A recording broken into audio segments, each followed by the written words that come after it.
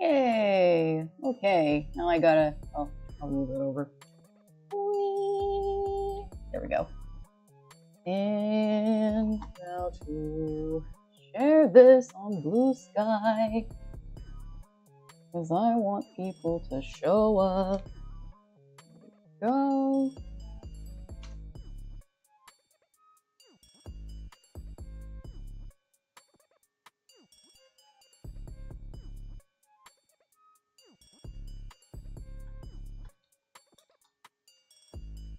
Better, not better.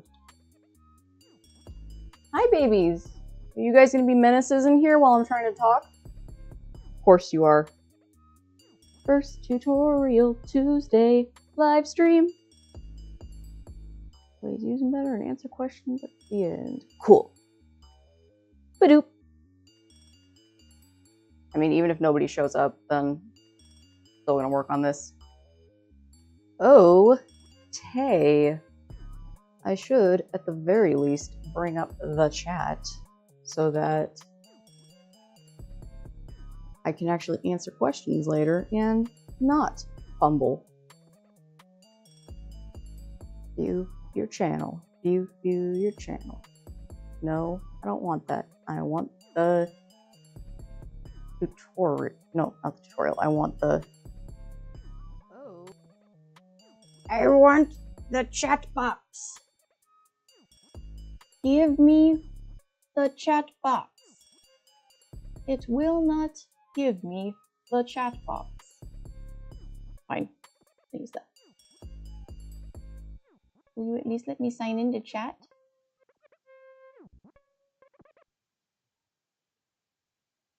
Oh, let's try that. Chat, yay. Oh, Tay.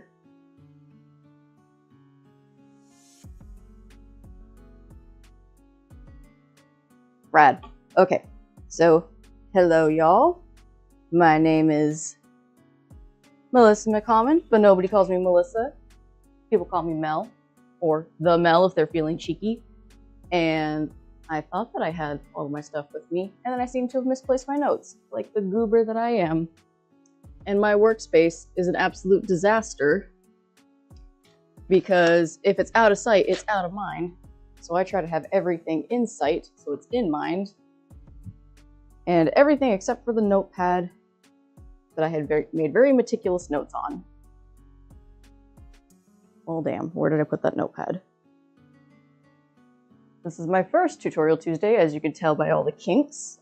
That's okay. Let me... Ow, my legs. Did I leave a notepad in here?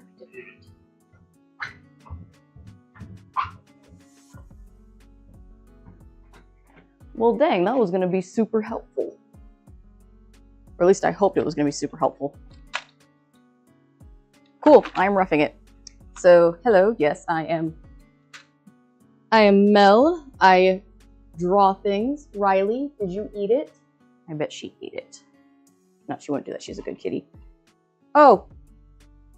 It was in my sketchbook the whole time. Hey, there is a live stream, and I just found my notes so I can actually get started. For the first one, I'm basically just going to go over some tools and techniques. Like, if you have any experience drawing, you probably already know this stuff, but I'm assuming this is going to be just like a, here is things that you probably already know, but here is some ways to use them better. So, first thing to start off with is sketching, and I have many art supplies. I am kind of an art supply hoarder. It's a little bit of a problem. Actually, cool side tangent about this. I found this box at my grandpa's house years ago, and I just happened to have a bunch of Staedtler Mars pencils that did not have a box. So I swiped this antique box to keep my pencils in. And these, they still make these. These are just my old ones from college. They don't get much use right now, but they're good to have for basics or just telling people about, like, yeah, here's options for pencils. And each pencil is different. So what I have here is a range of pencils. There are different pencil types. So the one that most people know about is a regular 2B pencil. That's what you probably used in school. And 2B is actually on the soft end of the scale. So you can think of it as like there's hardness and softness as far as pencils go. And hardness, the range is 9H, which is right here, and it goes all the way up to F. So 9H is the hardest pencil, which means it leaves not, it barely makes a mark. And I brought a giant piece of cardstock out here so I can actually like draw things for people to see. And so going with F, which is in kind of the mid-range, I'm using a lot of pressure so you guys can actually see this. This is more pressure than I would usually use. So this is the F, which is the softest of the hardest pencils. And then 9H is the hardest of the hard pencils. So I'm using the same pressure, but as you can see, 9H kind of barely shows up on here. And F shows up pretty well. And then there are a bunch of pencil hardnesses that show up in the middle here. So it goes from 9H to 8, 7, 6, 5, 4, 3, 2.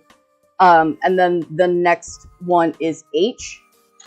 And then on the soft range of pencils, do I have? I don't even think I have a 9B. So it goes from HB to 9B. I actually do not have a 9B pencil, so I cannot show you the how dark it can get, but 6B is the highest that I have. So HB is just a little softer than a 2B pencil, which this is a 2B pencil, so this is basically just the same kind of lead that you would use for like school or just a random pencil that you steal off the counter at a bank or whatever. But so HB, same pressure, is just a little darker than the F. So this would be the next one up. So if you're going from F to HB, you're not going to see too much of a difference. So, but like I said, the lead's a little softer, so also it's a little easier to get a mark on versus like any of these harder ones. If you want to get anything darker, you have to push harder. And I'm going to talk more about pressure later. But 6B, which is the highest that I have, reminder, it does go up to 9B, so there is something harder than this. But pressure. So this is 6B.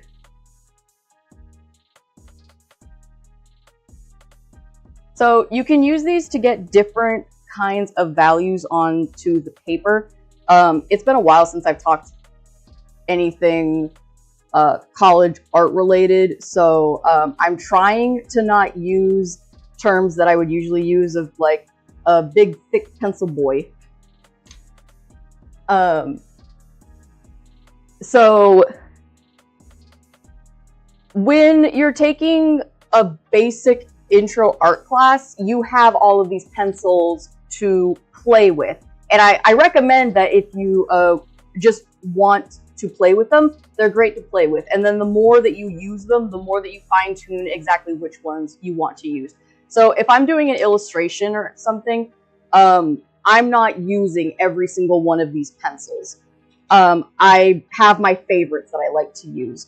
And it's the ones that I usually use out of these ones that I have.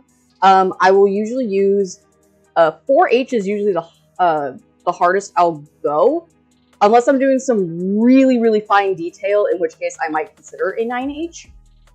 And if you're not a hardwood pencil user, I don't actually use hardwood pencils all that much. I just started using them more this year because I'm currently in the middle of doing a sketchbook challenge where I'm trying to fill up this sketchbook.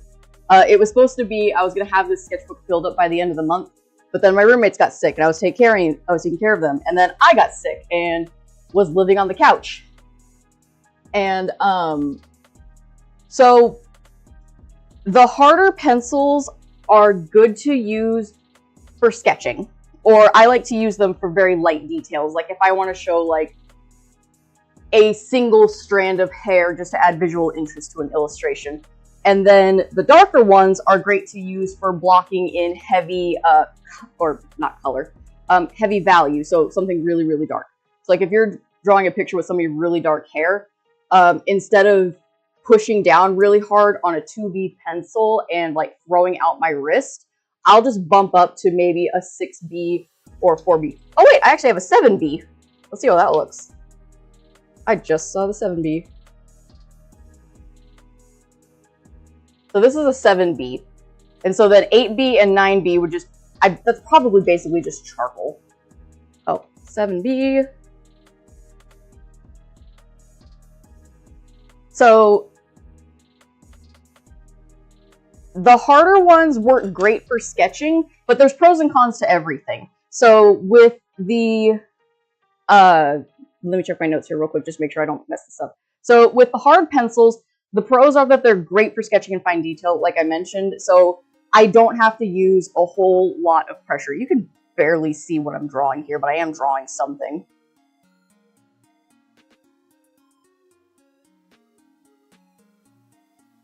Hi Tatsu, are you coming to interrupt the live stream? You see me working, so you want to lay on the paper? We have a fuzzy intruder. Hi buddy, I'm trying to do something here. So it doesn't really look like it, but I did use 9B to kind of sketch what looks to be a head. And then I would go in with something darker, like, let's give a 4H, just so you can see some range. So I'm going in and just lightly buffing out the sketch, I guess. So I'm just adding a little more bit of concise lines just so that you can see something besides the tiny, like not tiny, the light sketch. And then using the little bit of a harder one, I would put some, like, I can add a little bit more details like the nose.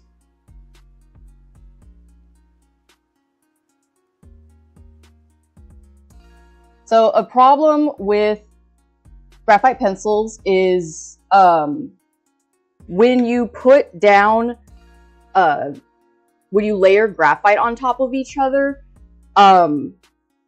it gets shiny. So with the lighter ones, it's a little harder to do that, but it can still happen. Now, let me finish this with a mouth and eyebrows.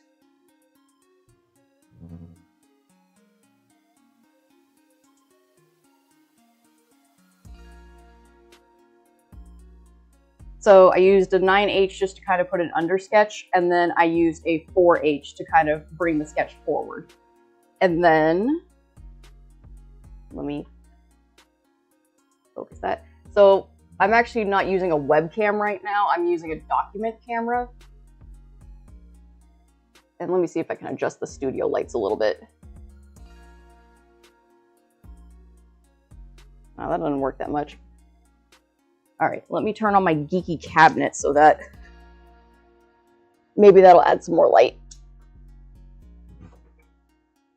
That did nothing. Okay, I tried. Work with what I can.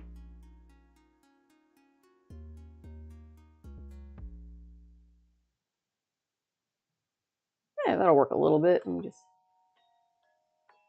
Believe it or not, I have like every light in here turned on and it is daylight and this still looks really dark.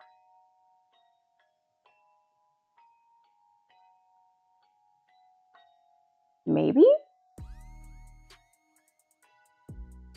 Sure. Focus, focus, time to focus. Okay, that's probably as good as I'm gonna get right now. Note to self, get better camera. I usually work digitally, so this is not... This is the first time I'm doing a tutorial of this type. So yeah, the more graphite you put, the shinier it gets. So if you're trying to do like a matte drawing, you can see a little bit on the 7B, where there's a little bit of a shiny glare. So if you start light and then go darker, you'll have a little bit of an easier time, like gauging what you need to put in. But the problem with the soft pencils is, while they're great for blocking and adding in like big, dark areas of graphite, the graphite builds up quicker and it gets harder to erase. So at least with the 9H, I'm looking for my erasers, they're right in front of me. At least with the 9H, I can kind of erase that back to white paper. Just a little bit.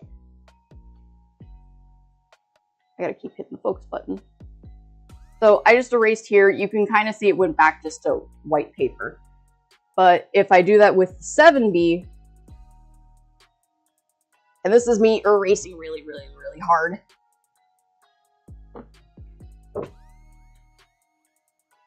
That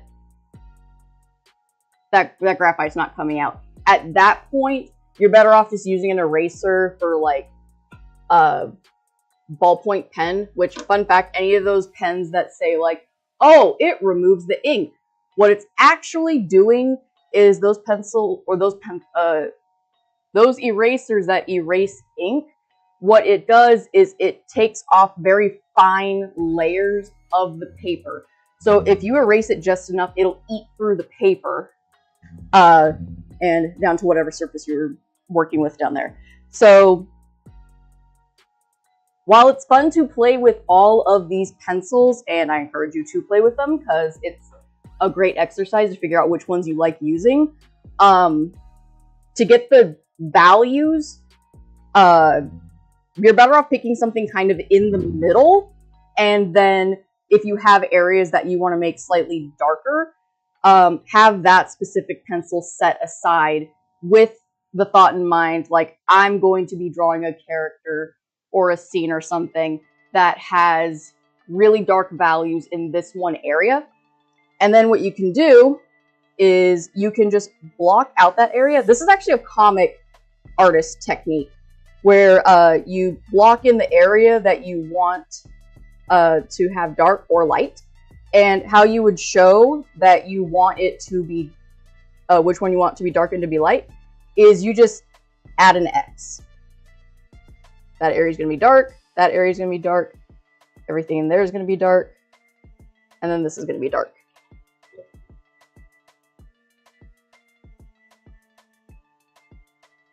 So I added some shinies here because I want the hair to be dark, but I want in here to be light. So I kind of just added, I used the, which H? I grabbed the 9H and I just added the areas that I want to signal that, like, in here, I'm going to make this really dark. Here, this is going to be light because this is going to be shade. And then I can go in and play around with it from there. What I do is I don't even use wood pencils all that often.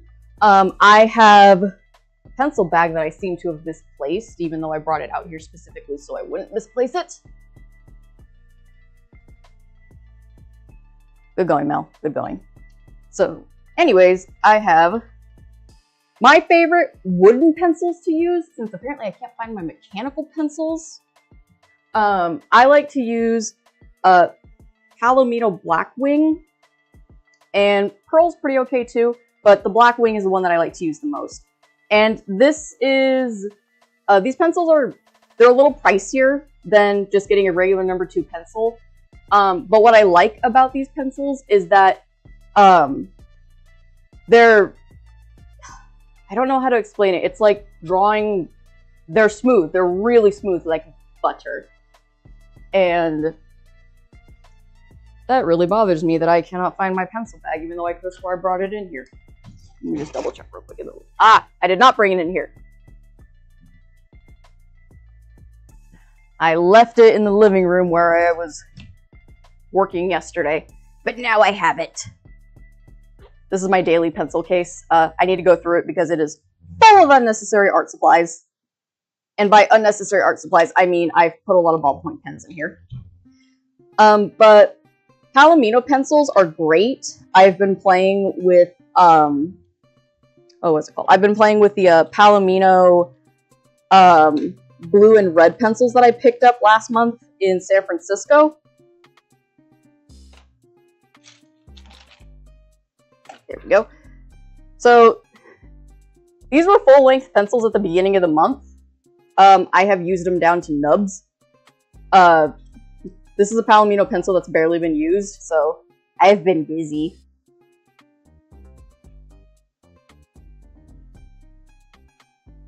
Okay. So they're great pencils. Also, it says half the pressure, twice the speed. It would if it would let you view it. Here you go. So there's an artist that I met while I was in college who posted up about these, and I'm a sucker for any art supply. I will try it. Eventually, I want to start doing YouTube videos where I just get the cheapest art supplies so that I can find, and then just be like, okay, here's how you can use these to make cool things. Because here's a little secret. You do not need the best art supplies in the world to make good art. It's how you use them. Case in point, I grabbed a lot of sketchbooks out so I can show you guys how to do this. So this is drawn a couple of years ago when I was really hardcore into my D&D phase.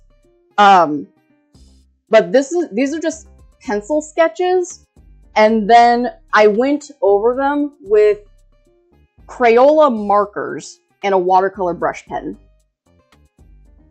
That's my favorite trick to teach little kids, because whenever they're like, oh, you can't make good art with these suck. It's like, no, you can. Let me show you real quick. And I'll show you guys how to do this later, because you can go to the store and buy like cheap markers for a couple of dollars or whatever your nation's currency is, and you can make cool illustrations and stuff with them. And I'll talk a little more about that later. But for now, for the pencil stuff, in this case, at this point in the illustration where I have my sketch right here, this is when I would go in and start adding in the midtones, or like something kind of in the middle-ish range. But I like to use the Palomino pencils because it's kind of a treat, because usually I use I looked for my bag everywhere to show you guys what I usually use, and didn't even bother to bring it out. So I like to use mechanical pencils because they're a little easier to tote around, and I don't have to worry about sharpening them like I do with wooden pencils. And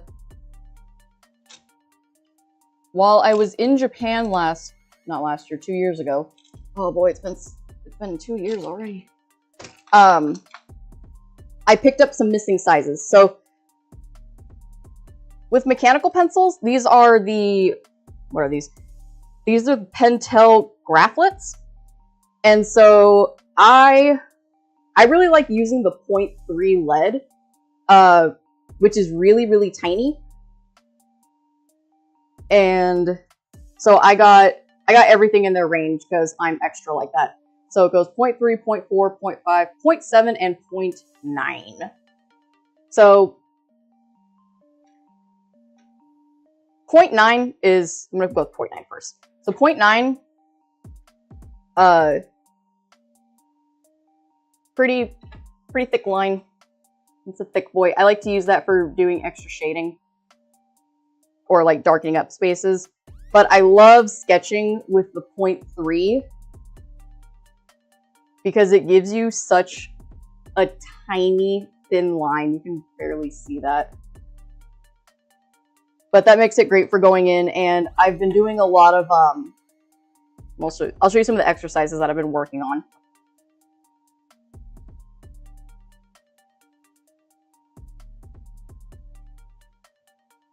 So here I used a 0.3 to do the shading, just here in the neck and just on the nose and stuff, just to add a little bit of shading for funsies.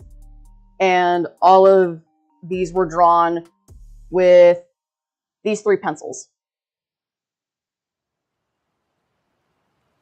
Yeah. So yeah, I personally love mechanical pencils and I use them a lot.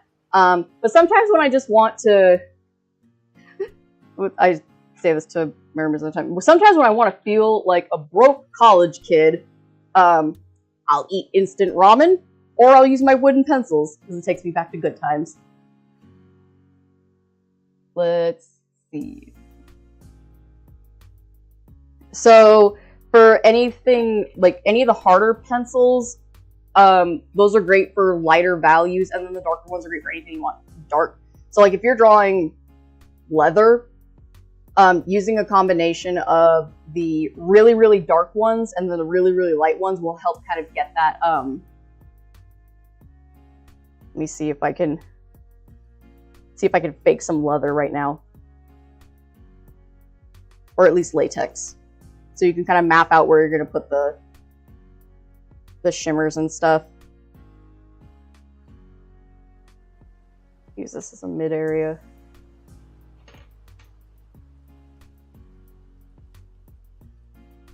Could have asked my roommate to show me and draw leather. Okay, so here's another problem with the higher pencils that I just realized from doing this, because I haven't used these in a while. So with the harder ones, it makes an indent in the paper. So there's my 9H. I'm just going to go with the 9H one. So this is just my regular drawing pressure that I would use that doesn't even show up here. And then going over with this,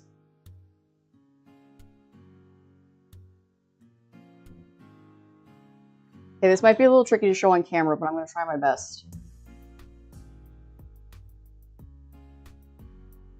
Okay, you see those white lines that show up in there? That's the 9H. So it kind of blocked out the 7B, and it made the squiggle lines right there. So because the pencil is harder, it pushes into the paper more. So I'm going to see how this looks when I put some real pressure in here and try to get as dark of a mark with the 9H as possible.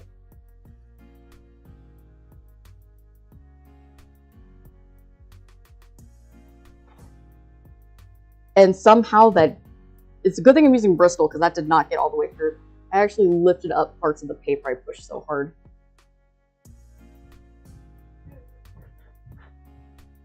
I can actually feel texture on there. I'm going to go in with the 7B so I can really...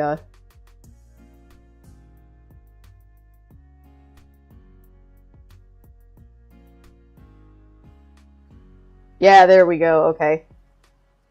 So this is what happens when you try to go over 9H with a darker one.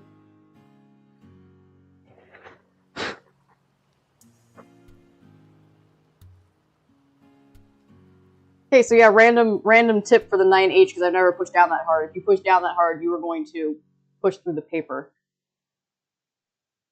Okay, so where am I going to go with this?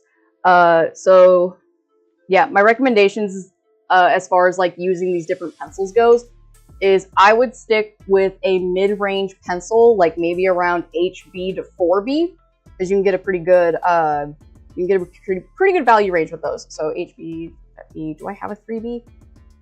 I don't think I have a 3B with here, but I do have these.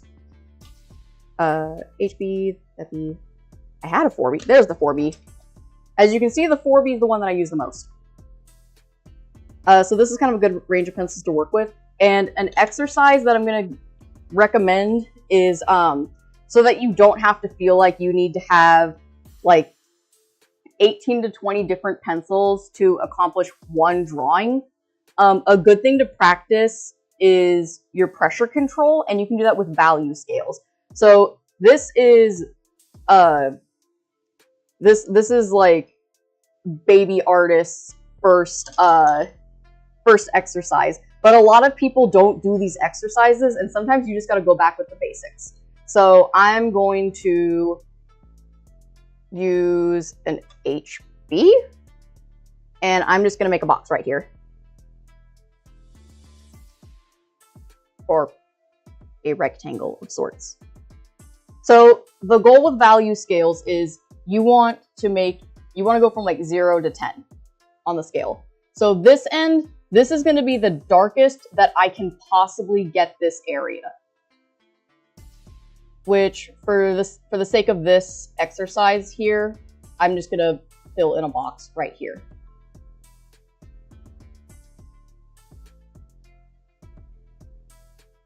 Okay, so this is the darkest that I can get this with this HB pencil. I really need to get a new document camera. Yeah, this is the darkest. As you can see, they're shiny because I put so much there. But this is the darkest that I can get this pencil. So now my goal is I'm going to leave this area white. This is the lightest end of the value scale. So now from here, I need to move down the scale and start with the hardest pressure. And then as I'm going further down the scale, to lift or to control the pressure in my hand so that as I go further down the scale, I am making a gradient of sorts. And you can go back and be like, oh, I need to adjust the value for this one, and you can go in and adjust it. You want this to look as close to a gradient as possible. And I'm doing this a lot quicker for the sake of you guys, because I haven't done value scales. Actually, no, it's a lie. I did value scales last week. So you can also do value scales with ink. And that's what I was practicing before. Because I've done hundreds of these pencil value scales because they're just good practice, because it helps you get better at controlling the pencil so that you don't have to use a 9H.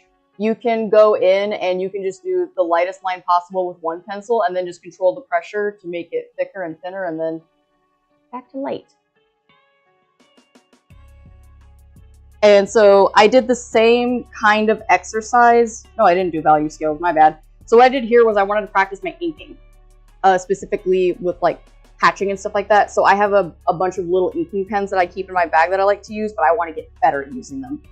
So I was playing around with different hatching patterns and stuff, and I went from the smallest inking pen that I have, which is 0.25, all the way up to the pocket brush pen that I keep, which is the thickest and unwieldiest pen that I own. So I did just a couple of exercise swatches with these, and then I went in and practiced those with different shading and basically creating like gradients, but with ink.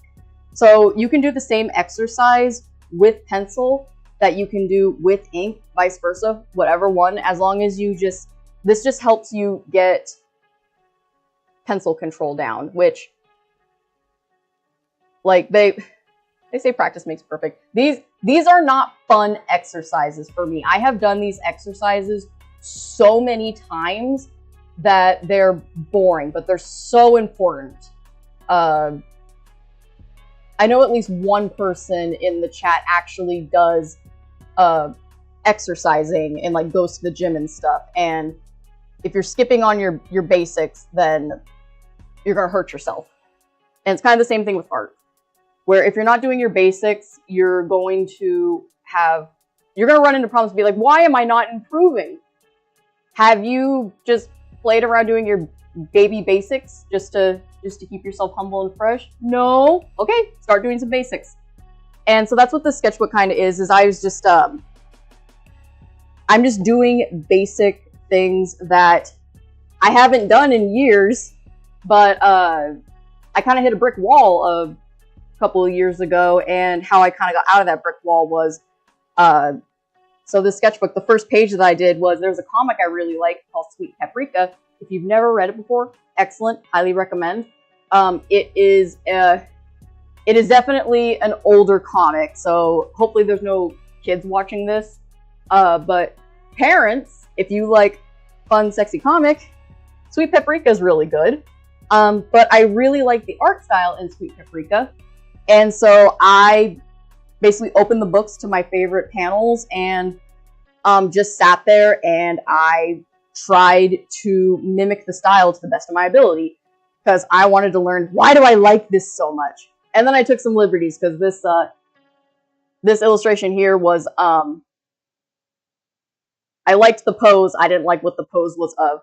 And then I'm going to talk more about this when I go over like sketchbook stuff, but like in your sketchbooks, don't be afraid to take notes and stuff. So like I made notes of different aspects that I liked so that I can go back and actually really, really study it for like panel composition and layout.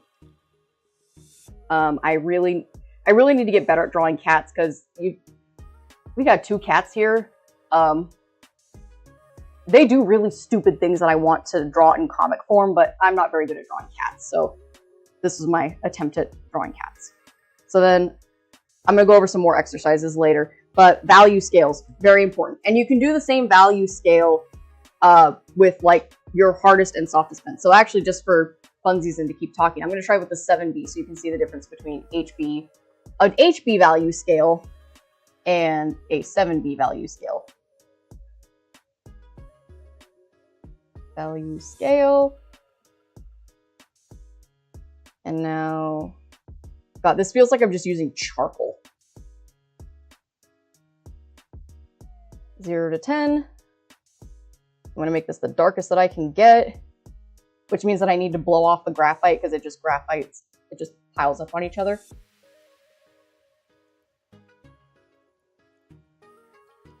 All right, you can see the camera shaking from me. So I'm going with the not as hard. Just lighten it up a little bit. Hello. Hola.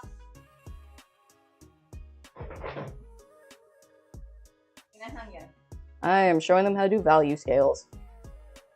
Ya veo.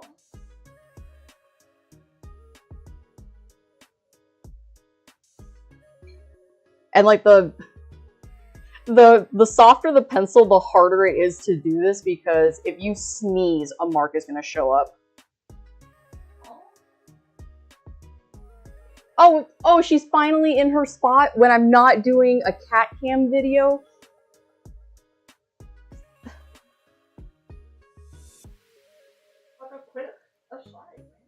Do you know how long it took me to get the camera set up just for this? I don't, obviously. A whole 5 minutes. Alright. This is a 7B value scale.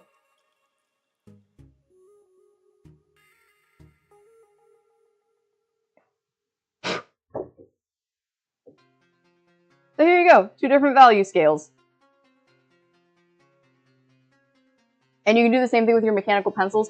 Fun fact with your mechanical pencils, they do make different lead hardness and softness that you can try. So I usually just have a bunch of HB lead, but I have some that I picked up. I wasn't paying attention because I was a baby art student and I didn't think to check on these things.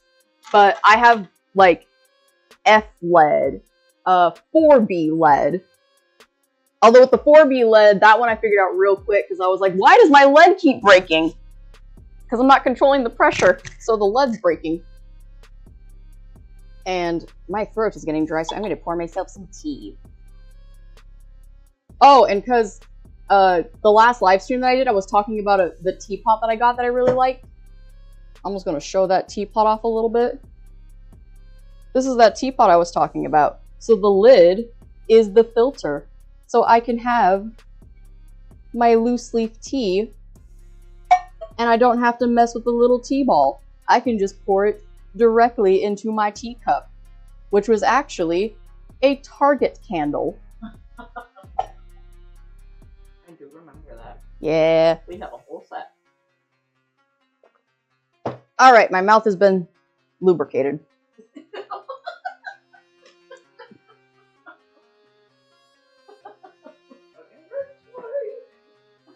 Word choice. I has them. And there's my pencil sharpener. So, I swear by this pencil sharpener, I have bought 3 of these. This is the Faber-Castell pencil sharpener. And why I like it so much is because it's a self-contained pencil sharpener where I'm gonna dump shavings all over the place, so I'm just gonna... Oh yeah, that would have been every... This thing was full, apparently. I bet this one is too. Yep. You can tell that I've gotten those pencils down to nubs. but each one of these is its own separate garbage container. But what I like about them is it has a color grip side, so this is great for colored lead, which is just a little more waxy than graphite. So I use this side for these pencils because even though these are, yes, they're pencils, but when you get into colored leads, the binder that they use to keep the pigment in there to kind of mimic the graphite feel, it builds up. And if anybody's ever used like, oh, what are they called? Like oil pastels or something like that, when it just layers and layers and layers, you can go in with like a knife or something and just like peel up color. You can do the same thing with pencils if it has like a lot of wax base in it, but that gets into some area that I'll have to do like a colored pencil like specific tutorial Tuesday. And then it has your universal sizes for slightly bigger pencils and then just the regular pencils. So science. But what I really like is that the look at that. May not be the most useful pencil in the toolbox, but it is the sharpest. Oh, and so with another note with the softer pencils is you are not going to keep that nice pointy tip of the pencil for long because that goes away really quickly. It's a little easier to keep with the harder pencil lead. Like as you can tell, I've never really sharpened this pencil. It stays pointy. And oh, so here, a thing that I recommend is I probably had this issue. Like everybody's probably had this issue. You get a pencil sharpener, you use it a whole lot, you love it, and then it starts eating your pencil, like chipping away the wood and stuff. That's because the blade is getting dull. At that point, you're like, well, I gotta throw this pencil sharpener away because it doesn't really work anymore. So what I started doing, and I have to find it because my art studio is still getting set up, but I have just an entire collection of these razors because I bought a classroom set of colored pencils for when I was teaching kids, and all the tiny pencil sharpeners that they had, I took the blades out of them and I just recycled the plastic. So I've just got a collection of these blades so that when these dull, I just replace the blade so I don't have to replace the pencil sharpener. Easy. So, hot tip, replace the blade, not the pencil sharpeners. I have not checked to see if they sell them, but like, even the cheap little pencil sharpeners, those work great for like a couple of weeks before they start to break. And these probably went up in price. When I got this was like a $5 pencil sharpener. They're probably like, what, $10 now? I have no idea. An arm and a leg. I got mine with an art kit because I took an art class and made it a point to buy the recommended full-on art kit. Yeah. Because you told me so. Oh yeah. Yeah, the art kits are great. So I'm not going to color this, or I'm not going to shade in this whole illustration because we don't got time for that. And I get a little too perfectionistic. But what I am going to do is I'm just taking the 7B and I'm going in and adding just some dark areas on one side, just so you guys can see what I was talking about earlier about using the 9H to kind of get your sketch in, and then going in with the darker one just to kind of block everything out. Jess says that they're relatively cheap. I'm not sure if she's referring to the actual pencil sharpener or the replacement blades. Well, either way, cool. Hi, Lunaling.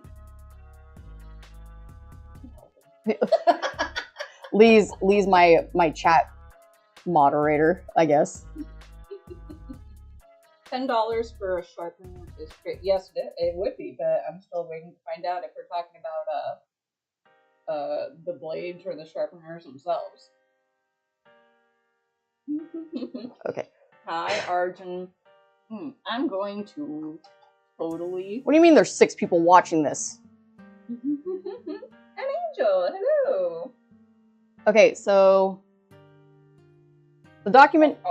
I need a new document camera because this one is This one's old. I've had this one for like 10 years. Sorry, I'm interrupting. Document camera, yes. I mean, yeah, mine's old. I need to get a new one. When I got this thing, it was like $100. Oh, wow. So I'm just using the 7B, and I'm doing pressure control to kind of blend the dark hair into the lightness of the shade. The highlight. There we go. I can word. Yes, she did. What'd I do? Angel asked if you drew the character on the side of the screen, and I'm guessing that that's this. That's me. Yeah, that's your self-representation from Boston. I know when she drew that because she was wearing her Boston sweatshirt. You mean the Boston sweatshirt I'm wearing right now? It's my favorite sweatshirt. Never did get a Chico one. No. Oh, this is what, shortly after your haircut? Yeah, where I was just wearing beanies all the time. Looking to cover the fact that your hair was so short. Well, because it looked really cool when it was short, but for a week. And I didn't want to pay for weekly haircuts. So then I just started to look like a teenage VTuber. Okay, but yeah, what I'm doing right now is I'm just doing quick strokes like this. This is my tip for It's very comfy. Yeah, this is my tip for using pencils for doing like hair. If you're trying to make like that really cool like animu hair highlight or something, all you got to do is just do quick strokes. So what I'm just doing right now is I'm pushing down really hard and then lifting up really quickly. It's just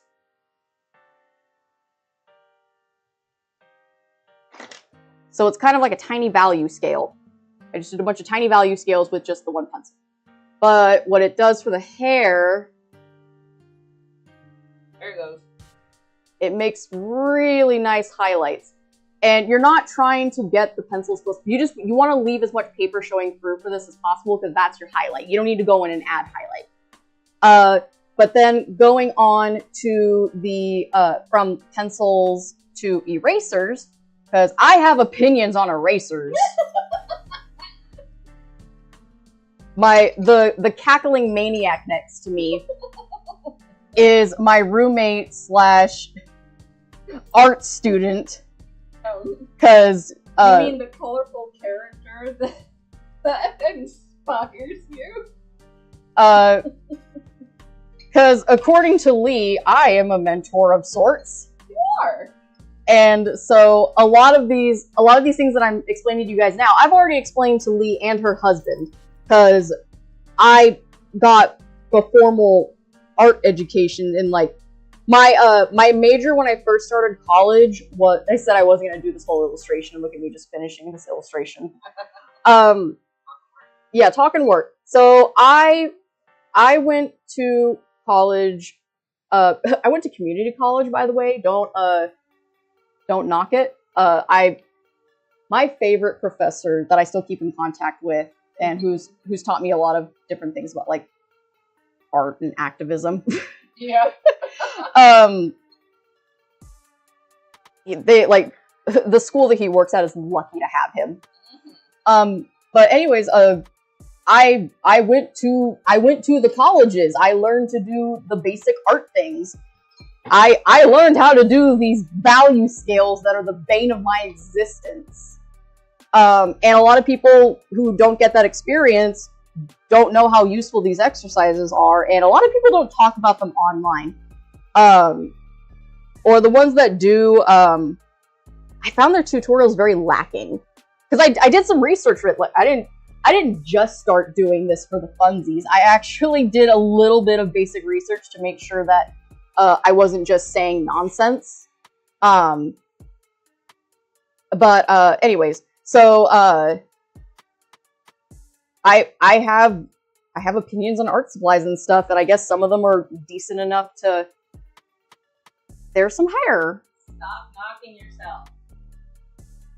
So anyways, to finish this off, I'm going to use one of my mechanical pencils because I want this to be a sharp, crisp line. And that's another thing I love about these is that same art professor that I was talking about, that's a blue pencil. That's not what I wanted. The same art professor I was talking about before described my illustration process as very clinical. And what he meant by that was I'm very detail oriented. So like he said, like every pencil mark has its place in my work, and I can confirm I get very into what it is I'm drawing. So right now I'm just adding in some details for the face so I can bring it forward more so you guys can see it a little better, because this document camera kind of sucks. But all I'm doing is I'm just using a 0.4 mechanical pencil. You can use any mechanical pencil. I even made sure to use a big piece of 11 by 17 cardstock, which I'll go over paper sizes paper types and stuff like that, because one of the frustrating things that people run into is they don't know how to use the art supplies effectively or how to work with them, or you cheap out and just get really, really not great art supplies.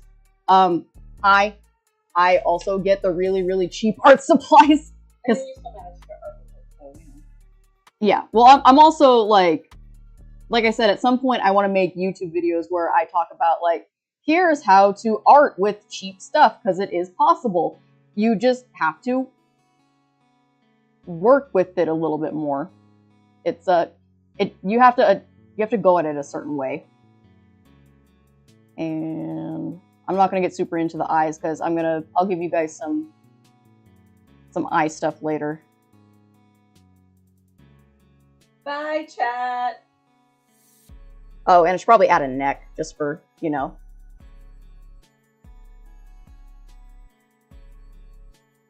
All right. Here's our cute little elf kid.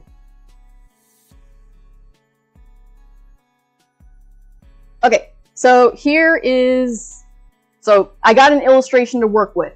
Neato. So now I'm gonna go over some eraser stuff. So my favorite eraser that a lot of people are super intimidated by, but once you figure it out, this is the best eraser in my opinion, because it's so versatile. So this is called a kneaded eraser. I know, it looks like gum, but in a lot of art kits, you get this little square. It's usually shaped like a square or a rectangle, and it's usually pretty small. So that is called a kneaded eraser. It's usually gray. Sometimes it's white. It will turn gray eventually. And so a lot of people just use it in the square, and they try to use it, and it doesn't do anything. What you have to do with the kneaded eraser first is you have to warm it up. So this is the fun part. So in art school, you can tell who the undiagnosed ADHD kids were, because while the teacher's lecturing, we're just doing this, just playing with it, making little sculptures out of it, because it's like Play-Doh. It's artist Play-Doh. They talk about silly putty. This is serious putty. Also, kneaded erasers are super cheap. Like, you can get a square of it from like Blick for like 99 cents. Cheap. But most art kits will come with this stuff. But why it's so great is because, well, one, when you warm it up, you have to warm it up, because if it makes it more versatile to work with. And while you're doing this, it is also cleaning the kneaded eraser, because it picks up graphite. This one.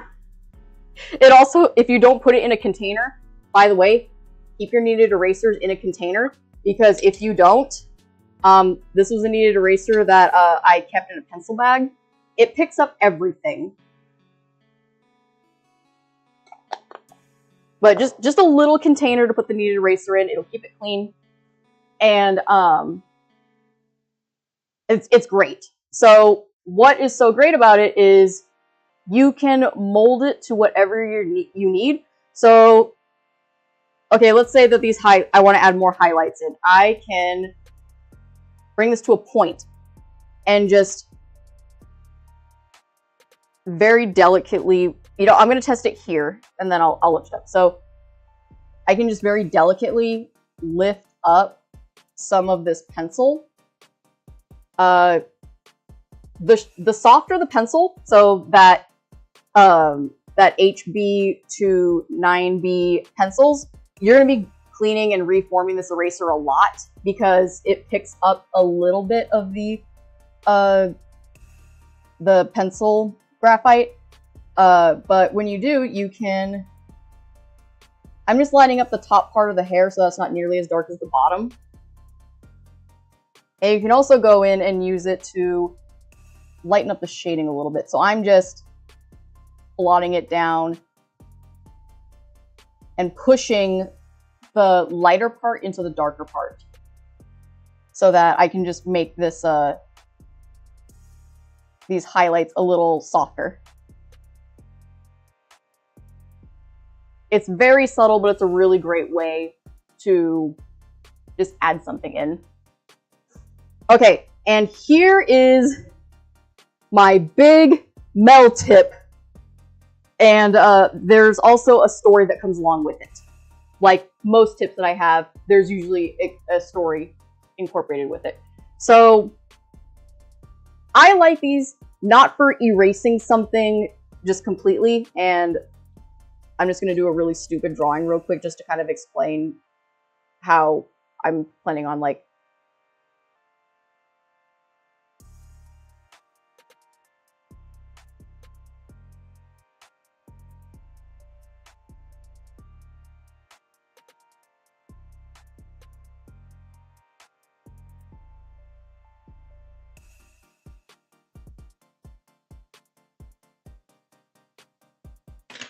it me.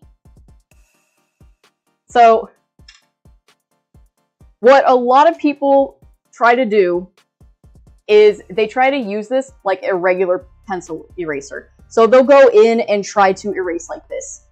While you can erase like that with this, this is kind of low-key sticky. So if you do not like the feeling of silly putty, or this is like a harder silly putty. So if you do not like the feeling of like low-key, tacky, sticky stuff, you're probably not gonna like the touch of these erasers. I recommend in that case wear gloves just because this is the best eraser ever, and people sit on these or they just throw them away. I collect them. I used to have just a ball of these erasers like about the size of a baseball. You do not need that much. You can use this, you can just keep using, I've had these since college, which was like, I graduated in 2016, almost over 10 years. I have had these, God, it's close to 15 now. I've had these for as long as maybe some children in the chat are old. And so, you don't want to use this like a regular eraser. And right now I'm using cardstock or Bristol board. So this can handle that violent motion of this going against the paper. But if you have just a cheap sketchbook, which a lot of cheap sketchbooks have just, by the way, I love these pencils for really dumb drawings. It's great. But if you are trying to do any kind of serious artwork with this, and then you go in and use this, it's not lifting the paper up. But with thinner paper, I have ripped sketchbooks. Because the thinner the paper, the harder it is to use this. So don't try to use this like a regular eraser if your paper is super thin or you're really married to your sketchbook, because you will mess it up. And I have done this recently where I wasn't holding onto my paper correctly and I ripped the page. How you want to use this, and this is my favorite way to use it, is you just roll it into a cylinder or a log, whatever term you wish to use. So you want kind of this shape. And so my little dumb sketch here, I want to go in and just lighten up the sketch so I can go in and make it look nicer. You take it, you put it on the paper, and you roll it. This will keep it from lifting the paper up. You're not doing that violent erasing, but what it does is it lifts just enough of the graphite up that now I have just a light sketch to work with, so I can go in and now ink it.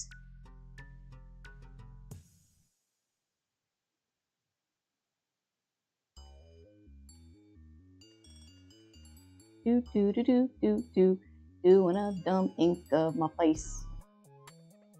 So a lot of people, when they don't know what to draw, and they'll just move to drawing like, oh, I draw trees, I draw elves, I draw my face with really dumb expressions. Case in point, me with dumb expression.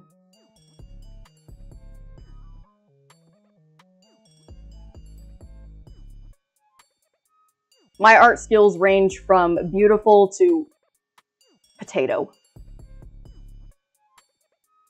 So yeah, don't sleep on kneaded erasers. If you have them and you've never used them, get them and play with them. If you have never seen one of these before and you're wanting to do sketching or getting into like just drawing for funsies, make sure that you get one of these with your art kit. Really, the art supplies that I use on a daily basis are just like these. I use almost exclusively a kneaded eraser, and just a couple of mechanical pencils and some just cheap pens. I love ballpoint pens. Another thing you should not do is don't sleep on ballpoint pens. They can be really great and really fun. So, our holy savior, the kneaded eraser, deserves the respect and love that it deserves. This.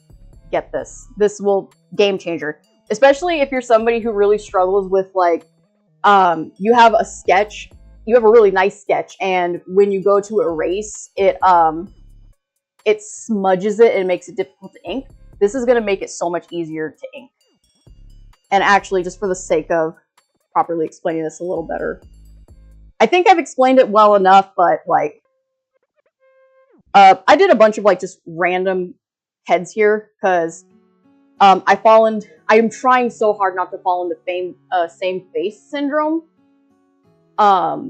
So in this, I'm just doing exercises to do different head shapes. So I'm like, don't do a circle. Draw anything except for a circle. So this was all just, these aren't circles. These were like triangles and rectangles and stuff. So I'm gonna pick this guy. So I've already got the sketch. I like the sketch, but I don't want to go and ink this later. So here's my sketch. Here is my kneaded eraser that I mentioned before, and you got to see the sketch up close. And then this guy down here, I'm going to show, I'm going to use a regular, like just generic pencil sharpener, or not, eraser. This is just a regular gum eraser, also stapler. But when you try to erase these with this,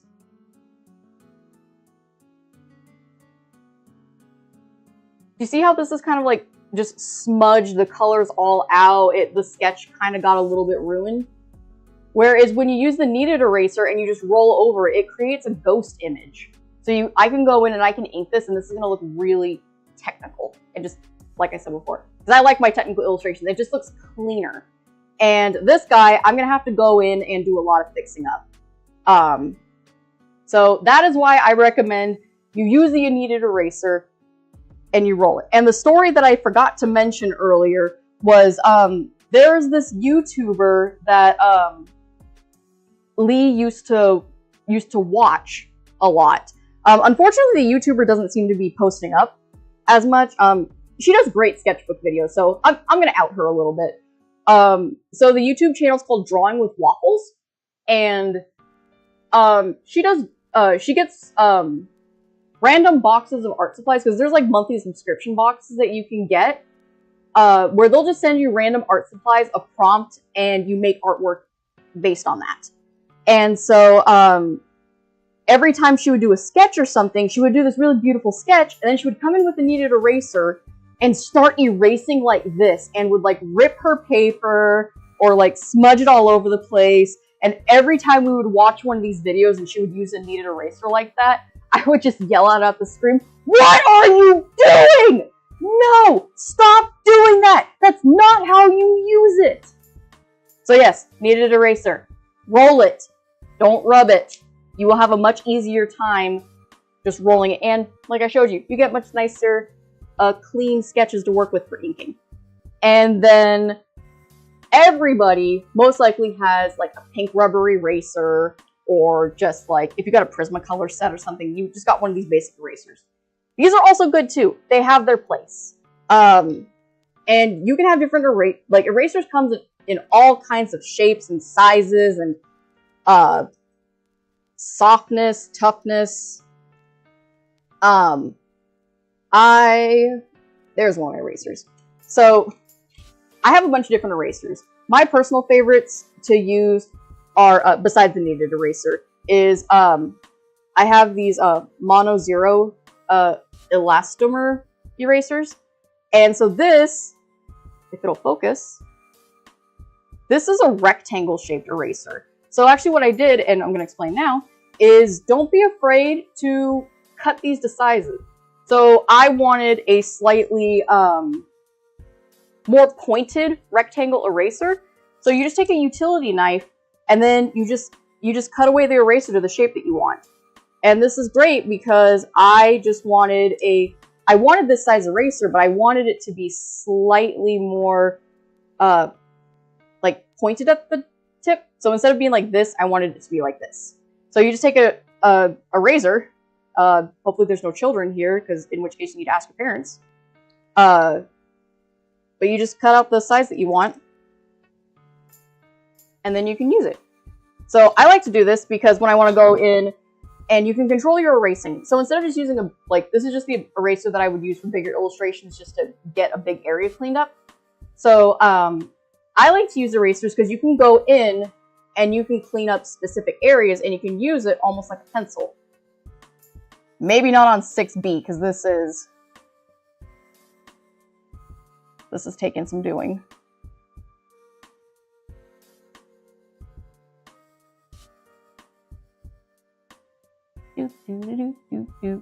I made a flower with an eraser. So if you use a razor to cut out little sizes and stuff, you can make a more controlled erase. So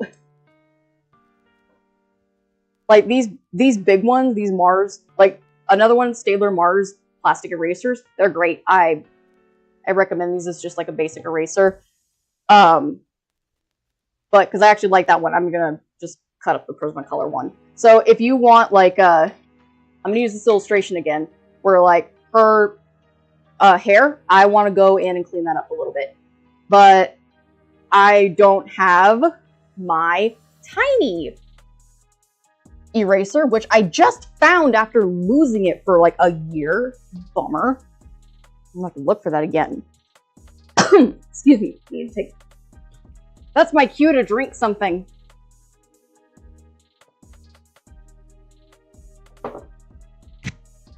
Oh, okay. I'm no longer choking on air. Okay, maybe I'm kind of choking on air. There we go. So I can't find my tiny eraser that I had just recently found. Oh no, I found it! I'm still going to show you guys this, but this is another Tombow Mono Zero, but this one is super tiny. I'm trying to take it out so I can show you. So you buy these, oh, I'll do to replace. So this is an empty one, or an almost empty one, but this is the eraser. So I like using these erasers for just going in and just like scraping out details. So I can get these a little more sharp versus with like the kneaded eraser. When I do that, it picks up just a little bit of graphite. This will pick up more because I can put more of a controlled push. So I like these, and you can buy refills for them. So the refills come in these teeny tiny little tubes. Or at least they did. I don't know where I put my tubes. So anyways, these are pretty inexpensive, the refills. The pen itself is like $8 last I checked, but so worth it if you want to like go in and do these more like technical cleanups. How many times can I say technical? But if you don't want to buy these, you don't have to. You can just take one of these square erasers and then you just take your utility knife. And now you've got a little piece of eraser to use. So I'm actually going to cut a bigger one because this is a little more floppy than I want it to be. And I'm going to do this safely on the paper so that I don't cut myself. Because that would be a way to end a live stream. Just, there you go. So now I have this eraser with a really sharp edge. Not sharp like it's going to cut me, but like sharp as in like crisp. And so I can take this and I can go in and I can just cut away at some of the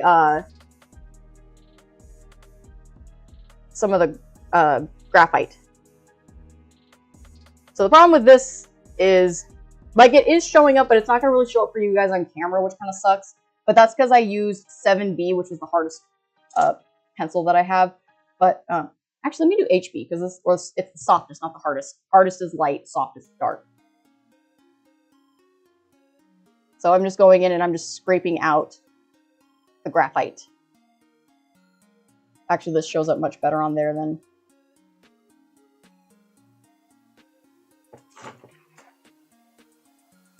So I'm just using the eraser to just lift up some of this and it's more controlled.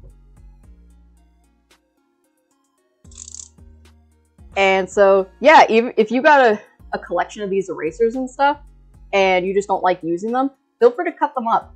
Also, for anybody who's into like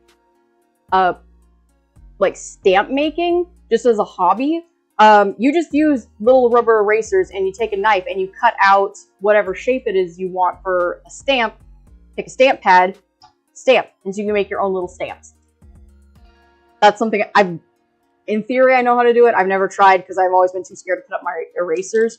But yeah, if you've got erasers that you don't really know how to use them, don't be afraid to just cut them up and play with them. That's what I'm doing. So yeah, that's what I got as far as that's concerned. And so, because I am coming up on like the last 30 minutes of this, I'm going to go over some sketchbook stuff real quick, and then I'll take some questions. So if you have like a more pointed question about like this, I can go in and try to answer those. So as far as sketchbooks go, really, if it will retain a mark, you can use anything.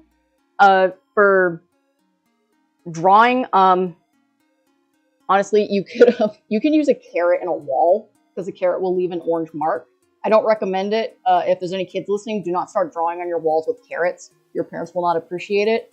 I should know. My parents did not appreciate me drawing on the wall with carrots when I was little. But I just want to give some notes on sketchbooks, because a lot of people I talk to, they're really nervous to show their sketchbooks and stuff because they're not pretty, they're not clean. A sketchbook, to me, this is just my opinions. I'm full of opinions, so take it with a grain of salt. My opinion with sketchbooks is sketchbooks are for practicing, note-taking, observing, and collecting all of your random loose drawings. They're not supposed to be pretty. If it's pretty, it's an art book. So, I collect a lot of sketchbooks. I have to stop buying sketchbooks. I have too many of them. And so, I've got like really crappy sketchbooks. Like this is one that I got from, got this from Daiso. And so whenever me and friends go to, I just found this and I need to start doing this again, but when me and friends would go to conventions, we would pass the sketchbook around and everybody would just draw random stuff in it. I had a different one that I haven't been able to find, but this is not great paper. This is cheap, easily rips and crumples up paper. this is not something that I would do any serious illustration with. But what I would do with this is I would just use some ballpoint pens and just do some fun exploratory doodles.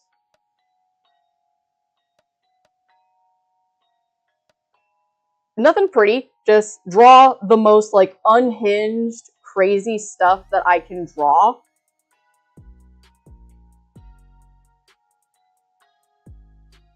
Me, every time somebody uses a kneaded eraser wrong. So the point with these kind of, which is sketchbooks in general, is you're not trying to do your best work in them. If you make a really good sketch or something that you just absolutely love, great, amazing. You do not like it in that sketchbook, there is no rule saying that you have to keep your you don't have to keep that stuff in the sketchbook. So a thing that I've been doing, and I actually learned this from Drawing with Waffles, was she would use them like a scrapbook, and she would just cut out stuff. So this is a sketchbook that an old coworker of mine gave me, and so this is not a pretty book whatsoever. This is just random sketches of like prints that I wanted to make, stickers, stuff like that. Just random character design stuff. A lot of notes. I use it almost like a journal. Concept stuff for the websites that I've been building. By the way, I hate website building so much. It's so time consuming. Zine ideas. Thumbnails for what eventually became a full zine that I did. This is just how it started out. And then I actually know where this zine is, so I can just grab it.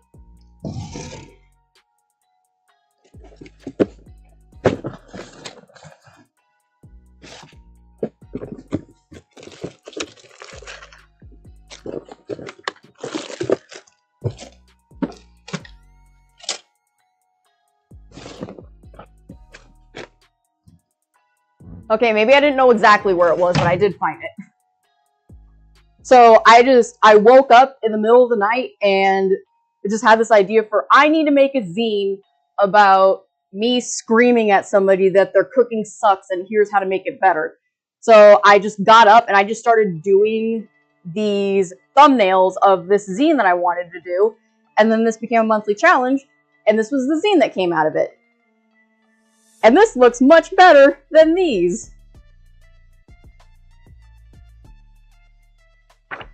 So yeah, not very pretty, turned into something pretty. And if I had spent so much time just being like, oh, this doesn't look super good, I wouldn't have been able to complete a project like that. So,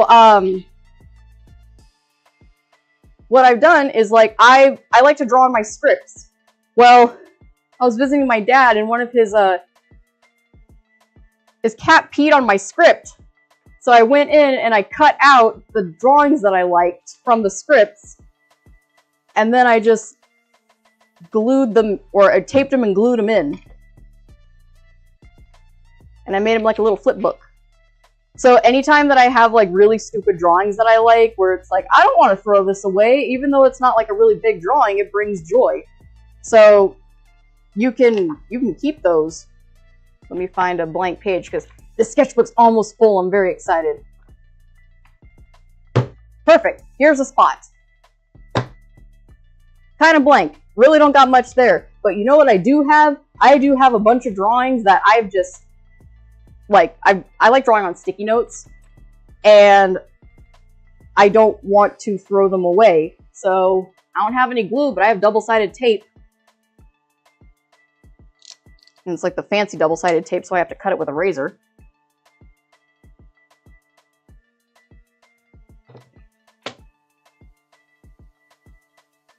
Here. Tape off. Bam. It's in my sketchbook. Now I can stop tripping over these. These are sticky notes, so I can just, like... Bam. There's another drawing. I love this one because my cat's annoying. Bam, another one. Next page, I got 2 more. There you go. Sketchbook's getting filled up. And you can make them fun and interactive. So, like, I only taped the part up here because maybe I decided, you know, I don't really like where these are. I'm gonna put them in here. And then I got a fun little flip book. So yeah, they don't have to be pretty. You can just make them ugly. Make sketchbooks ugly again. And for anybody who's like, with new sketchbooks, because new sketchbooks are really intimidating, because you're like, I don't want to mess up that first page, because if I mess up that first page, the sketchbook doesn't work anymore. There's nothing that says that you can't go in and just mess around on the last page of the sketchbook. Get all the ugly stuff out on the back page of the sketchbook, and then go in. So like, yeah, this, instead of doing the first drawing ever on the first page of the book, I just flipped to the back and just did all my stupid drawings there. There's nothing saying you have to start with the first page of the sketchbook. You can start wherever you want in the sketchbook. So yeah, I think I've rambled on enough about that stuff to get started. But yeah, anybody got any questions? Any other Tutorial Tuesday ideas that I should do? I was thinking of doing like these once a month and taking suggestions or questions. And then, if not, I'll just show you guys the... I've been doing homework.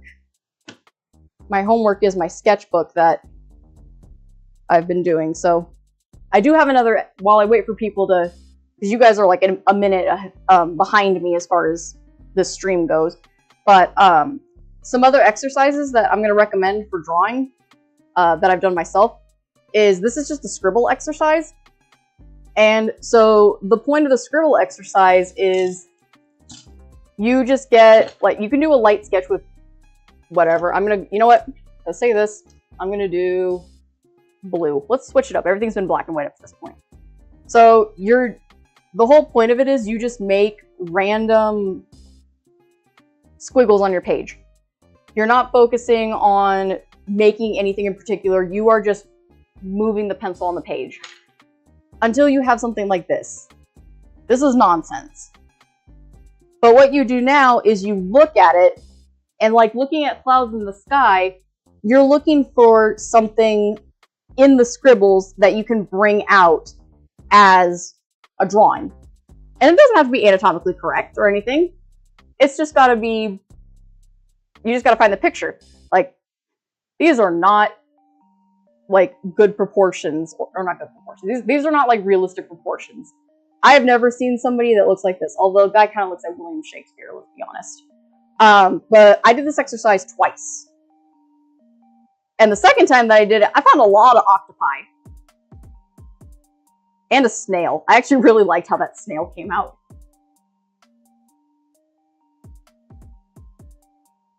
So yeah, you just do scribbles, and then you find a picture. And I usually spend like a good time just staring at the page. Excuse me, so I'm not gonna worry about that too much. But same kind of principle, another exercise that you can do is you can just make random shapes.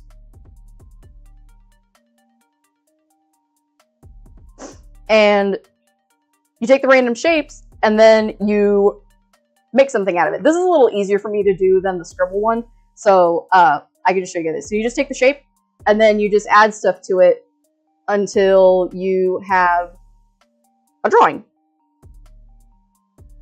So I see like a funny little dude here.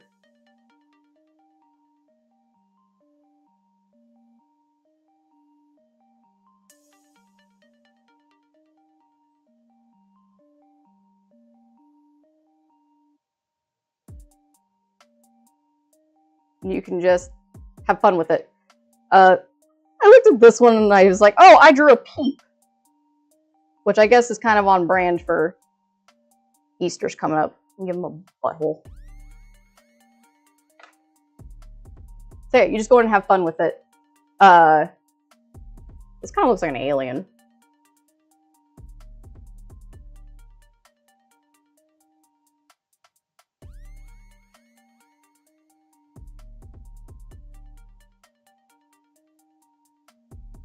So yeah, you just have fun with it.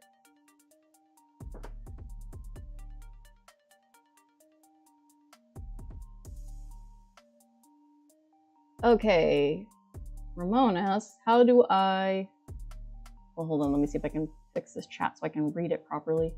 There we go, now I can read the chat. Okay, let me answer questions and then I'll get to this. Okay. Serious putty. Poor putty. Yes, you can use kneaded erasers with ink. And I have opinions on ink, so the next tutorial Tuesday, I might go over some ink stuff. But yeah, you can. I actually love using. Well, here's a good example. I did the ink drawing here, and there's still sketch underneath. I think this is dried long enough. So after your ink is dried, then you can go in with the kneaded eraser, and you can use it more like a regular eraser to lift up those pencil lines. So. Why did I use a hard pencil? Because it's really hard to erase. And actually, I find kneaded erasers to be a little more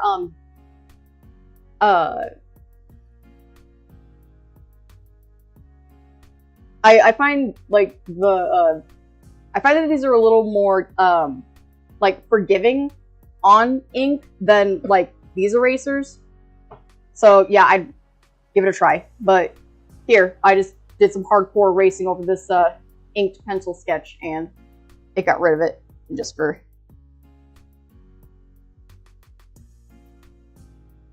Oh, so a warning about the kneaded erasers is if you do not put it in a container like I recommended, it picks up everything. And as you can see here, I have this in the same container as some colored pencils. So it will pick up the, any of the graphite and stuff, and then you go in, you have this nice illustration like, yay, I'm going to go in and erase it. And then you go and try to erase, and it's got the graphite and stuff in it. See, look, I just did it. I just messed up this piece of paper with a big kneaded eraser. Because I'm special. But yeah, this had some red and some like brown pencil shaving in it, so it left like a line here. Of course, you can't see it because this camera is terrible, but trust me, this is not as clean as it used to be. Because this is a dirty and kneaded eraser. I need to play with it more so that it gets clean. And yeah, I wish I knew about kneaded erasers when I was in high school. I would have had so much fun just playing with that instead of daydreaming.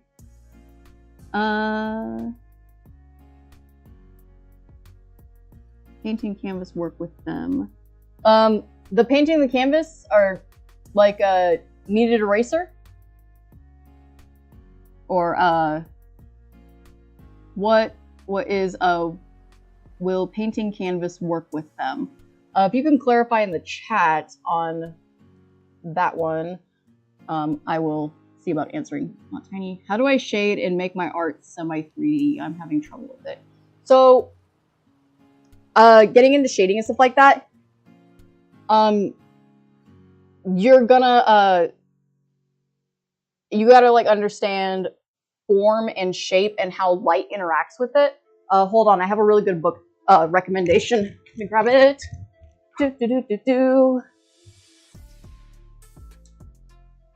Expansive library. Oh, I don't have that book. I lent it out. Actually, I think I know where I lent it out. I think I lent it to my roommate. Aha! I knew it. I lent it to my roommate and she stole them. Well, she didn't steal them, I lent them. Ow! I tripped over a cord. Okay, but I wanted to get these books because these are really good books and they're kind of technical, but they're good to read through. So there's this artist, James Gurney. He is the creator of Dinotopia. I never read these books, but apparently they were really big for a long time. But the guy is a master of light and color. And this book is really useful. So he goes in and talks about how light and color work. Because there's, if you understand how light works, it helps expand your knowledge of how color interacts with light. And so he gives some great examples of like using this Abraham Lincoln head, where he shows where light comes in and how it interacts with the form. So I'm still kind of winded from running to get the books. But this guy does amazing paintings and stuff. But let me see if I can find one of the heads where he talks about like light and shadow. Okay, so he gives like the basics of the color wheel and stuff. Maybe I can do something on color wheel at some point. Oh, here we go. Here's a good it's not the exact one I was looking for, but I'm gonna bookmark that with my finger. Oh, here we go. Okay.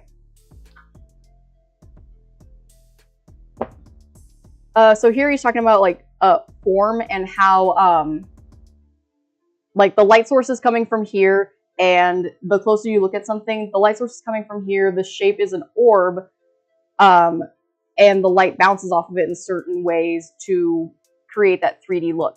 And you can make it as technical or like as detailed as you want, because what he's pointing out in here, because his focus is more on like oil painting, is his type of art medium preference. So like there's stuff, I think that you can learn something from anything. So I'm really big onto like studying random things nobody would really cue towards art. Like right now, one of my hyper focus is terrarium design for like reptiles. Let me find, where is that beautiful section where he talks about the Abraham Lincoln heads, because that's the best descriptor of form. So anyways, I highly recommend this book. If I haven't already made it clear, just I swear to God, I saw the Abraham Lincoln heads before. Well, I'm not finding it right now. But he does this other book called Imaginative Realism, where it's more like how to draw, like, it's more talking about like just the composition of creating an illustration, and there's different like what's the word I'm looking for? Insect vehicles, model, coloration, 2D, 3D. Oh, he made like a 3D thing. Anyways, there's a lot of good stuff in these books, so highly recommend. I wish I could find the Abraham Lincoln head, because that was a really good. He went through the different like stuff. I was hoping to have something more illustrative. So the best way to get better at drawing 3D elements is to like look to understand. Oh, why was my chat not? Okay, that's why I wasn't seeing anything. My poor chat wasn't refreshing.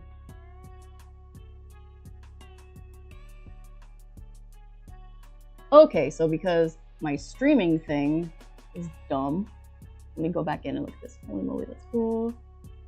Needed eraser will go over ink. Yes, it will. Help.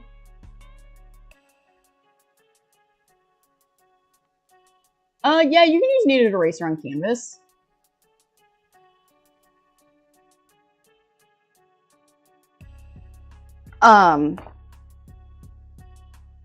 Oh, there we go. Okay, so it's the... I'm so smart. I'm really not that smart. So the Abraham Lincoln heads were, they're at the start of each chapter section. So like here, he's talking about like contra drawer, which is the lighting from the back. So you can see how like, even though there is light coming from the back of the head statue, you can still see light reflecting off of certain areas. Oh, spotlight. So no wonder I was seeing the Abraham Lincoln heads. I was seeing them at the beginning of the chapters. Anyhoozle. As for like just 3D drawing stuff, the best thing to do is to just practice shapes. just basic shapes, and then you can go in and add them, add the principles that you learn from that to the shading principles. Where is, oh yeah, so here I just did an orb in a box. So I drew an orb, and then I drew a box, and did some light shading just to practice with that. So just make different shapes and then play around with different light placement.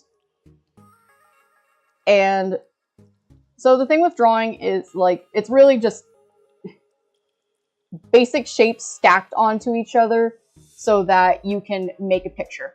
So I got a box, got an orb, and a cone. So the important thing is to know where your light source is and how many light sources, because that'll change how your shading will work. So for this sake, I'm going to draw my light source is coming from this direction. So with that in mind, anything that is closest to this light source, I need to add a light bulb, that's going to be lighter and everywhere else is going to be darker. So in this case, since this is an upper light source, up here is going to be the lightest. And then because this side is a little further away, but it's still kind of in that light area, that's going to be my lightly shaded area.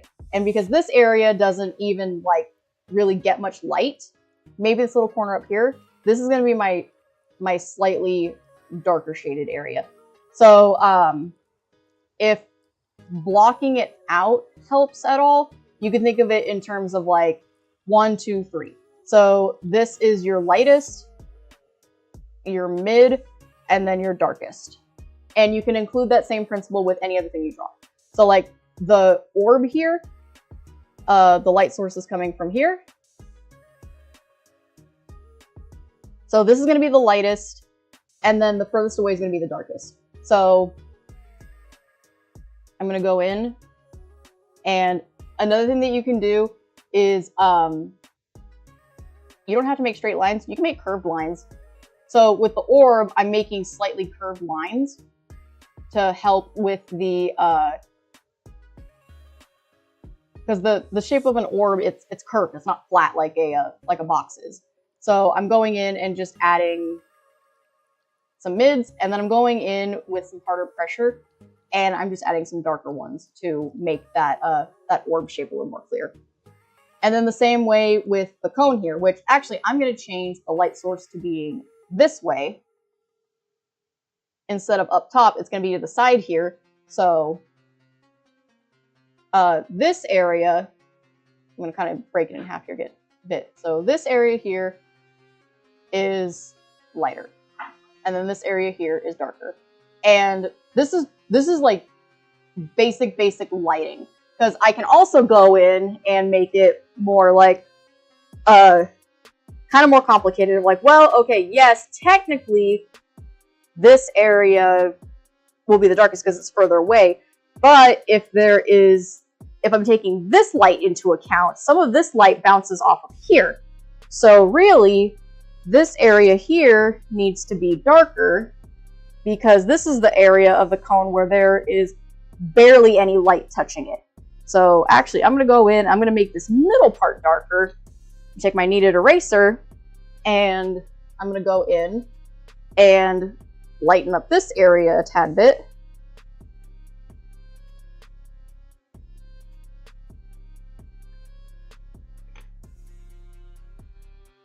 And notice I didn't do anything with the shadows at the bottom. So I'm going to go over here just to add a little bit. And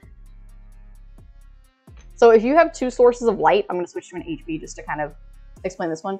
If you have two sources of light, you can use this to kind of figure out where your shading is. So the light here is casting a shadow this way. The light up here is casting a shadow that way.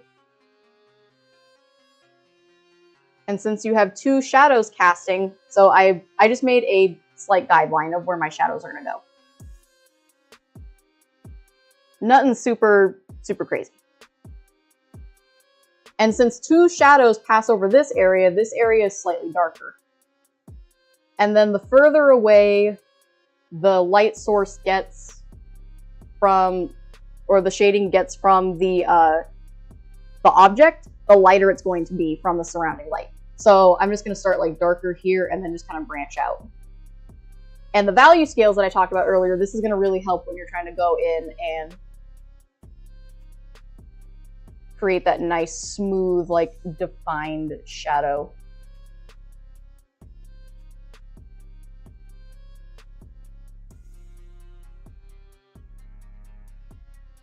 And actually, because there's a technically light coming in from that way, I'm going to shade this a little more. And I'm going in and I'm just adding a little bit of I'm doing this motion, which is making kind of a cylinder shape, which is just further enhancing the shading of the cone. And there you go. And then a sneak peek into hopefully a future lesson is when you get into color and different colored lights. So I'm going to say that this light is blue and this light is red. It's the same concept as with the sketching, but now you're taking color into consideration. So this side, if it's the blue light, it's going to be more blue on this side, whereas here it's going to be more red on this side.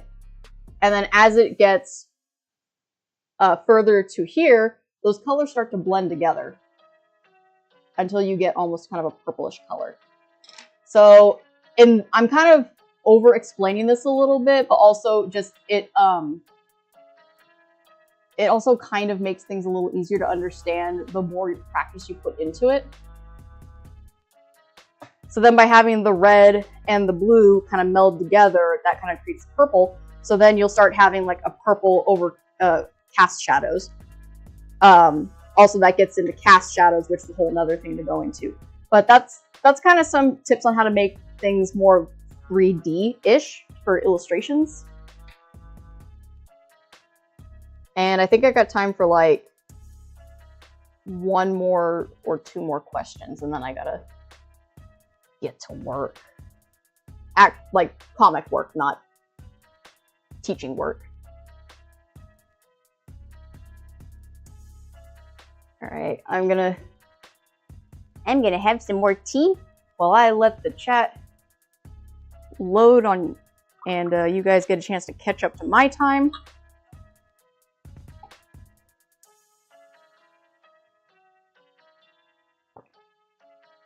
I love oolong tea. I met up with a friend in San Francisco, and they took me to their favorite little Chinese market. And my favorite thing about Chinese markets is you can get really good loose leaf tea for really cheap. So they have like a nice box of oolong, and a little goes a long way.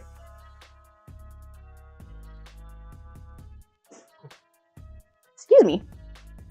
Oh, you're welcome. So yeah, what do you guys think? More tutorial Tuesdays. Hopefully I'll have a better webcam soon. Definitely gotta set up a ring light because I have every light on in this office space. I have skylights and all the lights pointed towards here, and it just looks so dark on the screen. And yeah, if nobody else has any questions, I'm gonna call that there for now. And actually, I should probably go through it. I'm gonna do the chat one more time and just see if I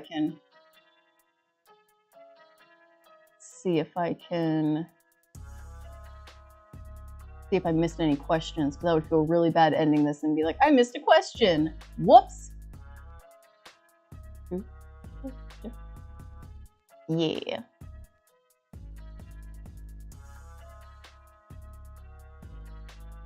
Oh, as far as like art college or graduating college, like any of that stuff, you really don't need art school.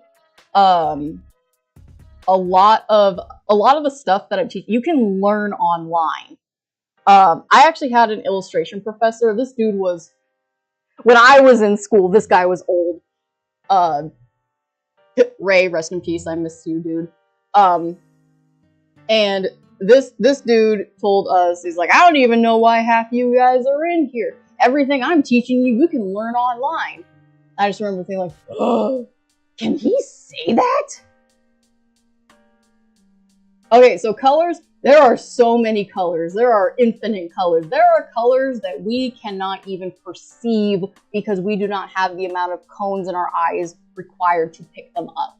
Also, color is going to look different for everybody, just because people ourselves, like, we perceive things different than everybody else does. So, like, that's, some people are colorblind. They might not be able to see, like, the red and blue the same way that I do. Somebody else might see this red and see it darker or lighter than I do, or this blue might look slightly greener or something to somebody else. So, there are so many different colors, but the basic colors of the color wheel is red, blue, and yellow. Those three colors can be used to make pretty much any color that you can think of. And that will actually potentially be a future lesson, because color theory goes so, it's so technical. And actually, depending on whether you are talking about color in the sense of painting versus color in the sense of light, because the way that color interacts with each other is completely different. So in painting, if you mix all of the colors together, you get like a grayish, brownish sludge. But in the concept of light, and this is more for like stage lighting or anything involving light bulbs, just light in the in that sense. If you mix all of the colors in the spectrum together, you get white light. White light is every conceivable color mixed together, and how you can separate those out, that's refracted lighting. So if you have like a glass or triangle, or a glass or like crystal triangle, and you shine a light at it, that will refract the light, and then you can see the full color spectrum. And so, like, when I was taking art, we were being taught the color wheel and basics from the sense of working with a physical medium, like paint, colored pencils, and stuff like that. But I actually went back to school before the panini happened. I actually had to stop going to school because the panini happened, and so when I went back to school for stagecraft. I was gonna learn to do stage teching because I've always loved theater, and I always loved the idea of getting to build theater sets. I did not know that was a job until my roommate started going to college for that, and I was like, "You can do that? I want to do that. That sounds like fun." But one of the classes that I had to take for the degree that I was getting was I had to take a stage lighting class, and we had an entire like 3-hour class lesson dedicated just to relearning how color works in the sense of light. And that like opened my eyes to the possibilities of being able to, and my understanding of being able to talk about like light and color and how it can influence artwork and stuff like that. But that's a lot of information that you guys don't gotta worry about right now. Brown and gray within the color wheel, I'm confused for a while. So brown and gray are the mixtures of all different kinds of colors. So I will make note of that for next time. I will talk about like color and just all the different ways to use it and improve it better for work and such.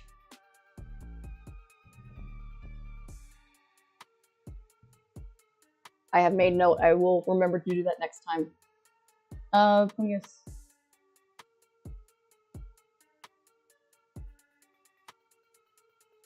Thanks, so tell artists out there, you don't need to go to art school, you just need a little guidance. Yeah, exactly that. So like, that's one of the reasons I wanted to start doing like a tutorial Tuesday, is because like, I've never really made art tutorials because I've always thought that there's better art tutorials out there than what I could possibly make or cover. But I've had a number of people like asking me recently to explain stuff that like I just know is like, this is basic art stuff that I've been doing for years.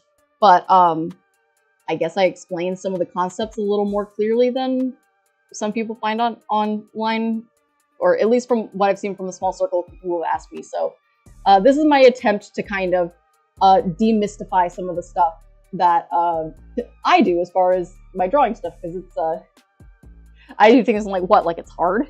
It's like, it is, because I understand the concepts and stuff, and I've been studying this for God, over 20 years.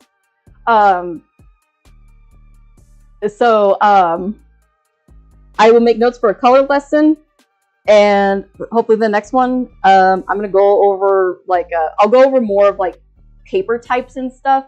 So for just basic sketching and just any of this just play around stuff, whatever you have on hand, copy paper, just a random notepad. My favorite thing to draw on is this little cheap notepad that I got from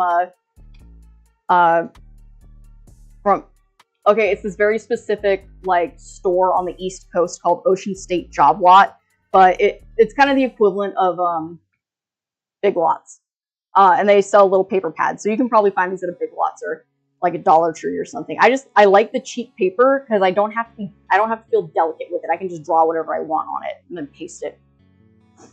All right, so I think that's gonna do for now. Thanks for coming. There were a lot more people that showed up than I was expecting. And this is recorded. It's going to get posted to my my YouTube, so feel free to share it around or watch it again if you want to catch something. I'm on Blue Sky at Art by Melissa M. Follow me on there. Feel free to reach out. My email is artbymelissam@gmail.com. So if you have any questions or you want me to explain something a little bit better, feel free to reach out. I say that and people don't reach out because they get nervous or whatever. Like, don't be nervous. If I don't message back, it means either the email didn't go through or I looked at it and meant to respond and forgot to respond. I do that way too often, especially when I forget to take my meds. I have forgotten to take my meds today. So I'm going to do that. But yeah, feel free to reach out if you have any questions, if you have any suggestions or lessons that you want me to try, or concepts you want me to try explaining later on. Send them in. I live stream on YouTube twice a week on Tuesdays and Thursdays. I'm officially switching Tuesdays to the morning streams. So on Tuesdays, I'll stream from like 10 to 12-ish.